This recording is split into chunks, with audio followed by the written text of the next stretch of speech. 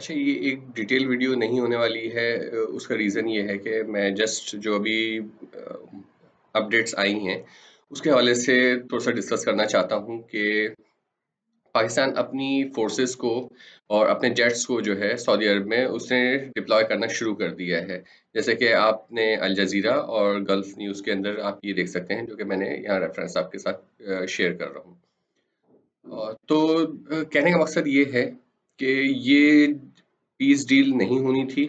और मैं इस चीज़ के बारे में अपने पहले की वीडियो में भी कहा था कि ये पीस डील नहीं हो सकती हैं। मैंने पहले भी ये बात बोली थी कि पाकिस्तान जो है इसमें कोई रोल प्ले नहीं कर सकता है। इसके अंदर मैं पाकिस्तान की इंटेंशन को कोई क्वेश्चन नहीं कर रहा, क्योंकि पाकिस्तान की पोजीशन ही ऐसी नहीं है कि पाकिस्तान इसमें कोई रोल प्ले कर सकता है।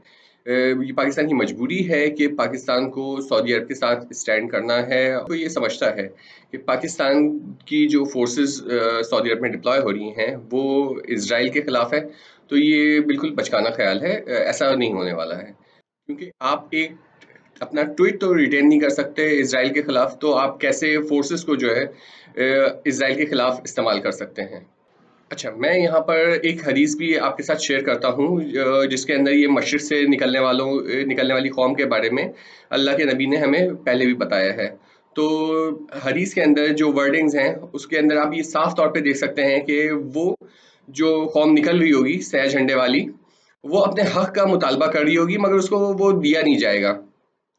बस उसके बाद वो क़िताल करेंगे और नुकसान पहुंचाएंगे, यहाँ तक कि फिर उनके जो मुतालबात होंगे उनको तस्लीम कर लिया जाएगा।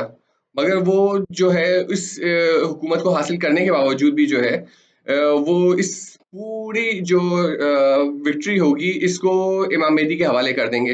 अच्छा, हो सकता है कि बहुत से लोग जो हैं इसको बोलें कि मैं जो है आउट ऑफ द कॉन्टेक्स्ट चीज़ों को कोट कर रहा हूँ।